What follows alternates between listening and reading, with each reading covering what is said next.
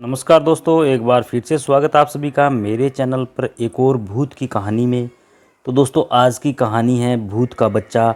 हमारे आसपास भूतों की एक काल्पनिक दुनिया है, लेकिन हम उस दुनिया से बिल्कुल अनजान रहते हैं। बहुत सी प्राचीन किताबों में भूतों के अस्तित्व का वृतांत मिलता है। तो आज की कहानी है भूत का बच्चा। उन्हीं काल्पनिक घटनाओं से प्रेरित होकर लिखी गई। तो आइए जानते हैं इसके बारे में। दोस्तों, एक छोटे से शहर में बिंदिया नाम की एक औरत रहती थी। वह शादीशुदा थी, लेकिन उसकी कोई औलाद नहीं थी। 3 बार उसका गर्भपात हो चुका था। वह बच्चे को पाने के लिए व्याकुल रहती थी, लेकिन हर बार उसकी गोद सूनी ही रह जाती। बिंदिया ने औलाद को पाने के लिए कई तरह के उपाय किए थे। इसके बावजूद उसके घर आंगन बच्चों की किलकारियाँ के लिए सूना था। बिंदिया का पति एक मजदूर था और वह अपनी पत्नी से बहुत प्यार करता था। उसे भी अपने बच्चे की चाहत थी, लेकिन ऊपर वाले की मर्जी के बिना उसका ये सपना पूरा नहीं हो सकता था। बिंदिया चौथी बार फिर से गर्भवती होती है। इस बार दोनों बड़ी उम्मीद से गर्भ के बच्चे का ख्याल करते हैं। बिंदिया का पति उसके खाने पीने की पूरी व्यवस्था करता है, बहुत सी चीज़ें लाकर रख देता है और कहता है कि इस बार तुम्हें अपने बच्चे को पूरा पोषण देना होगा, जिसके लिए तुम्हें मजबूती से खाना पीना होगा और अपना भी ध्यान रखना पड़ेगा। तो बिंदिया अपनी पति की बात सुनकर सर हिलाती है। दरअसल वह अंदर से टूट चुकी है। बच्चे को पाने की उसने अपनी सारी उम्मीदें खो दी है, लेकिन अपने पति के आत्मविश्वास को देखकर वह अपनी हिम्मत बढ़ाती है और तय करती है कि इस बार वह माँ बनकर ही रहेगी। आधी रात होते ही बिंदिया के पेट में दर्द शुरू हो जाता है। तो दोस्तों, अचानक बिंदिया के पति की नींद खुलती है। वह बिंदिया को अपनी गोद में लेटाकर हौसला देता है, लेकिन जब दर्द बर्दाश्त के बाहर होने लगता है तो वह अपनी पत्नी को अपनी पीठ में लाद कर अस्पताल के लिए भागता है। रास्ते में बिंदिया बेहोश हो जाती है। बिंदिया का पति उसे ज़मीन पर लेटा लेता है और ज़ोर ज़ोर से मदद के लिए चिल्लाने लगता है। तभी पास में स्थित शमशान से एक चंडाल निकल कर आता है। उसके हाथ में एक पानी का गिलास होता है। वह आते ही बिंदिया के चेहरे में पानी छिड़कता है। बिंदिया धीरे धीरे अपनी आंखें खोलती है। तभी बिंदिया की प्रसव पीड़ा बढ़ने लगती है। बिंदिया का पति उसे जोर से पकड़ लेता है और उसका हौसला बढ़ाने लगता है। शमशान का चंडाल अपने कपड़ों से राख निकालकर बिंदिया के पेट में लगाता है, जिससे बिंदिया की तकलीफ शांत हो जाती है और कुछ ही पल में एक बच्चा पैदा होता है। लेकिन काफ़ी देर तक जब बच्चे में कोई प्रतिक्रिया नहीं होती तो बिंदिया रोने लगती है, क्योंकि ये बिंदिया का चौथा बच्चा था जो पैदा होते ही उसे छोड़ गया। बिंदिया का पति बच्चे की मौत से दुखी हो जाता है, लेकिन वह अपनी पत्नी के सामने अपना दुख व्यक्त नहीं करता। तभी उसकी नज़र चंडाल पर पड़ती है। चंडाल हाथ जोड़कर आंख बंद किए हुए कोई मंत्र पढ़ रहा होता है। अचानक बिंदिया के बच्चे की आंख खुल जाती है और वो किलकारी मारकर रोने लगता है। तो दोस्तों, बच्चे की किलकारी सुनते ही बिंदिया और उसके पति अपने बच्चे को गले से लगाकर चूमने लगते हैं। कई सालों बाद उन्हें संतान का सुख प्राप्त हुआ था। दोनों शमशान के चंडाल को धन्यवाद देते हैं और उसके चरणों में गिरकर उसका अभिवादन करते हैं। तो दोस्तों, चंडाल बिना कुछ बोले शमशान में वापस लौट जाता है। बिंदिया का पति अपनी पत्नी को बच्चे को साथ में लेकर घर वापस आ जाता है।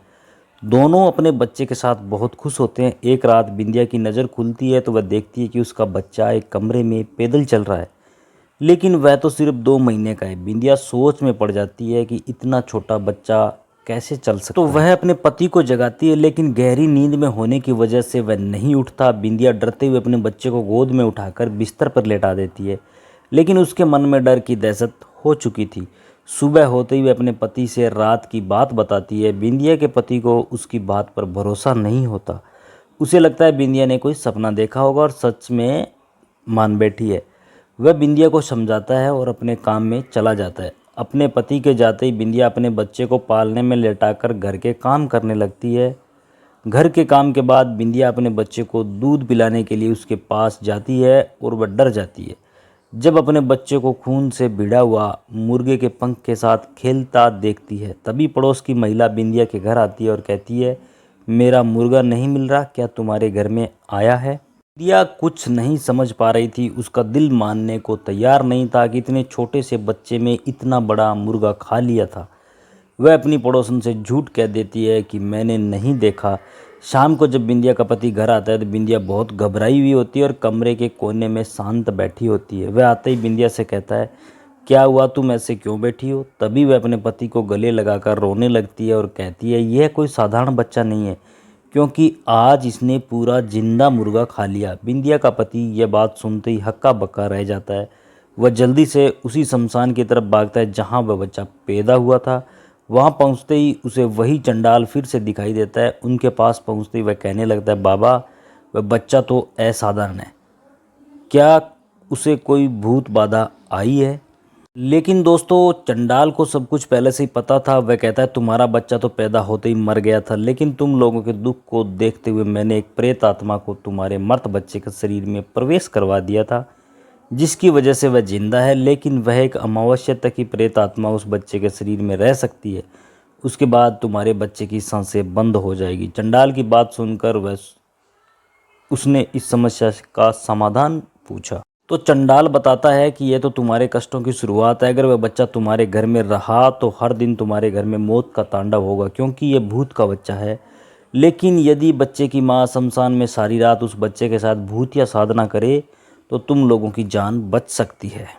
तो दोस्तों, बिंदिया का पति अपने घर पहुंचकर अपनी पत्नी को सारी बात समझा देता है, लेकिन वह अपने बच्चे से जुदा नहीं होना चाहती। वह कहती है, जब तक मेरा बच्चा मेरे साथ है मैं उसे जानबूझकर अपने से अलग नहीं कर सकती, भले यह मेरी जान ही क्यों न ले ले। बिंदिया के पति को अंदाजा था कि उन्होंने बहुत बड़ी आफत पाल ली है। वह मन में तय करता है कि जब बिंदिया सो जाएगी तो वह उसके बच्चे को उससे अलग कर देगा। बिंदिया का पति रात होने का इंतजार करता है। जैसे ही बिंदिया सो जाती है तो वह बच्चे को लेकर शमशान पहुंच जाता है और चंडाल के पास जाकर कहता है, बाबा, ये आफत आप ही संभालो, बस हमें बचा लो। चंडाल बच्चे को देखते हुए डांटते हुए कहता है, तुमने अपने साथ मेरी मौत का भी इंतजाम कर लिया, जो इसे इसकी माँ के बिना ले आए। चंडाल ने इतना बोलते ही बच्चे की आंख लाल हो जाती है और वो ज़मीन पर खड़ा हो जाता है। चंडाल बच्चे के इस मोहन में वशीभूत हो जाता है। वह वसी शमशान में बने हुए गड्ढे में गिरकर बेहोश हो जाता है। बिंदिया का पति चंडाल की दुर्दशा देखकर डर जाता है और वहां से भागने लगता है, लेकिन एक अदृश्य ताकत उसे पैरों से पकड़कर कई बार जमीन पर पटकती है, जिससे वह लहूलुहान हो जाता है और बच्चे को उसी गड्ढे में डाल देता है जिसमें चंडाल पहले से पड़ा हुआ है।